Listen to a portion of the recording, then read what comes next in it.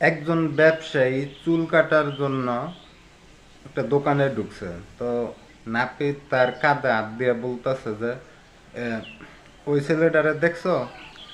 আমার জানা মতে সবচেয়ে বলদ ছেলে।"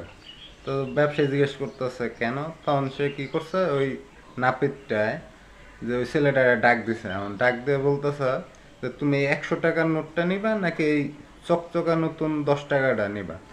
তখন ছেলেটা অনেক মানে হাসি মুখে 10 টাকার নোট নিয়ে দৌড় দিছে। তো ব্যবসায়ীর চুল কাটা শেষে যখন সে দোকান থেকে বাইর হইছে, তখন সে ছেলেটারে দেখতেছে যে আইসক্রিম খাইতেছে।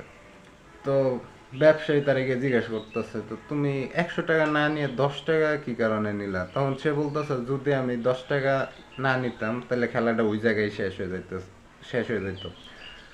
তো এই জায়গায় ব্যবসার শিক্ষা যেটা, এটা হইতেছে গিয়ে মাঝে মধ্যে যে যারে বলদ মনে হয় সে আসলে বলদ না, সে আসলে সবচেয়ে বুদ্ধিমান। তো ব্যবসার ক্ষেত্রে এরকম যে দেখা গেছে মাঝে মধ্যে অনেকে আছে যে অনেক আহ, লাফালাফি করে, অনেক তাড়াতাড়ি করে, যে দেখানোর জন্য যে সে বুদ্ধিমান, সে সে অনেক কিছু করতে পারবো।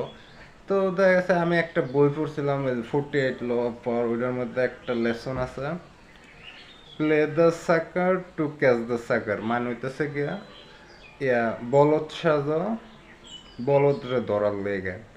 তো এটাই মাঝে মধ্যে একটু সময় সুযোগ বুঝা একটু চুপ থাকা লাগে, যতক্ষণ না পর্যন্ত সময় আসতেছে ওইটার জন্য অপেক্ষা করা লাগে।